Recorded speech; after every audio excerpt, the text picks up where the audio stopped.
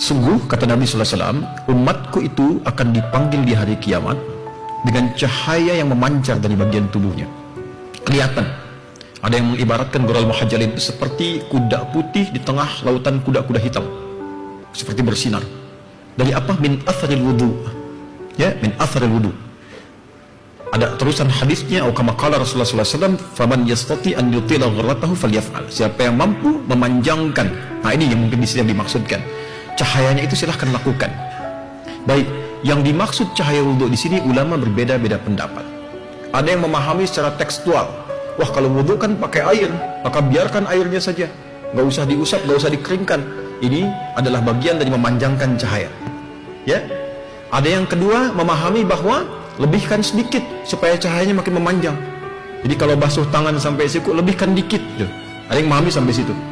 Tapi dari pemahaman itu, kami cenderung pada yang ketiga, karena ini sesuai dengan makna dasarnya. Apa yang dimaksudkan?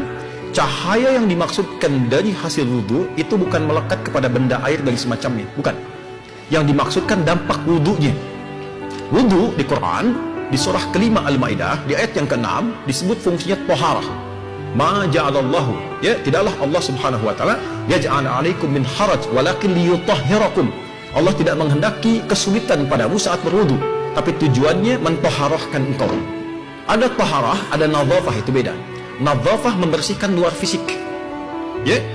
Taharah membersihkan luar dan dalam. Nah, rumusnya kata Nabi di hadis Muslim, ketika seseorang berwudu, maka bersamaan dengan jatuhnya air wudu itu, jatuh dia, maka jatuh pula kotoran-kotoran dan dosanya. Di kotoran fisiknya jatuh, dosanya hilang.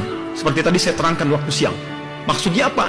Dia membasuh tangannya, dia minta ampun pada Allah dari dosa tangan yang melekat pada tangan itu. Mungkin sebelumnya dia menulis sesuatu yang tidak pantas dan seterusnya, dia bertobat. Karena itu setelah wudu dia baca doa tobat. Allahumma ja'alni minat tawwabina. Ya Allah, aku tobat. Karena itu saat tobat, dia mengakui ada yang salah di tangan, dia menyesali itu, dia berjanji tidak mengulangi. Nah, wudu yang seperti itu, bersih luarnya, jatuh airnya, jatuh kotorannya. Jadi tidak ada hubungan dengan dilap, dikeringkan atau tidak. Itu poinnya. Nah, bagaimana memanjangkannya? Maksudnya dampaknya. Setelah wudu jadi baik dia. Ketika kebaikannya memanjang, lisannya jadi baik, pandangannya jadi baik, dipertahankan sampai wafat, panjangkan itu. Ada yang mengartikan, kalau batal, wudu lagi, batal, wudu lagi. Itu yang dimaksud dipanjangkan. Jadi ketika dia berlatih kurang bagus, dia wudu lagi, batal, wudu lagi, dengan tujuan menjaga kebaikan dalam dirinya. Itu yang dimaksud panjangkan cahayanya. Jadi asalnya tidak ada kaitan dengan kering atau basah. Jadi tidak usah dipaksakan, karena din itu yusrun, bukan usrun. Agama memudahkan, bukan menyulitkan. Anda bayangkan, zaman Nabi saja ada yang dimarahi oleh Nabi. Seorang sahabat kurang ilmu berfatwa. Apa fatwanya?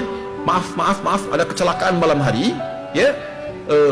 Normal sebetulnya bukan kecelakaan, dia berhubungan suami istri, musim dingin mau mandi susah, kedinginan. Kata sahabat, gak bisa, junub mandi katanya. Ya gak bisa, dia mandi meninggal. Begitu meninggal, laporkan ke Nabi, Nabi marah. Kamu ini kalau kurang ilmu jangan berfatwa, kata Nabi. Tobatnya dan sebagainya, kan bisa tayamum. Akhirnya muncullah di situ kemudian ajaran tentang tayamum. Ya, diantaranya turun surah-surah Al-Quran seperti terusan tadi dari Quran surah kelima ayat yang ke-6. Jadi yang ingin saya maksudkan di sini, jangan sampai memaksakan sesuatu yang menjadikan mudarat dengan pemahaman yang mungkin baru sebagian didapatkan. Jadi kalau ibu sudah berwudu musim dingin dan kedinginan, lap aja sampai kering. Jelas ya? Panjangkan dengan aspek yang lain.